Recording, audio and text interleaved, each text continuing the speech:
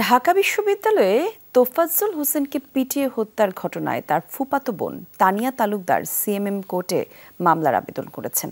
আজ সিএমএম কোর্টে আখতারুজ্জামানের আদালতে এই আবেদন করেন তিনি।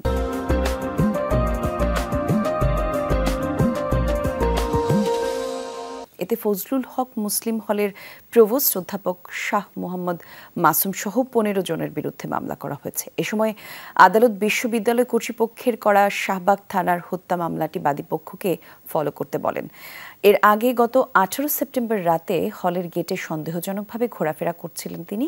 এ সময় বিশ্ববিদ্যালয়ের কিছু শিক্ষার্থী মোবাইল চুরির অভিযোগ এনে এলোপাথারি মারধর করে তাকে। পরবর্তীতে হলের ক্যান্টিনে নিয়ে তাকে খাবার খাওয়ানো হয়।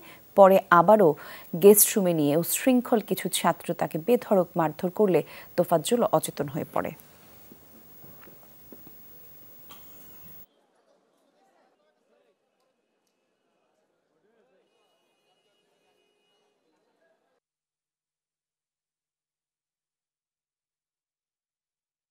ওর যেখানে সবাই মিলে মারছে সেখানে 15 থেকে 20 জন আসামি ছিল।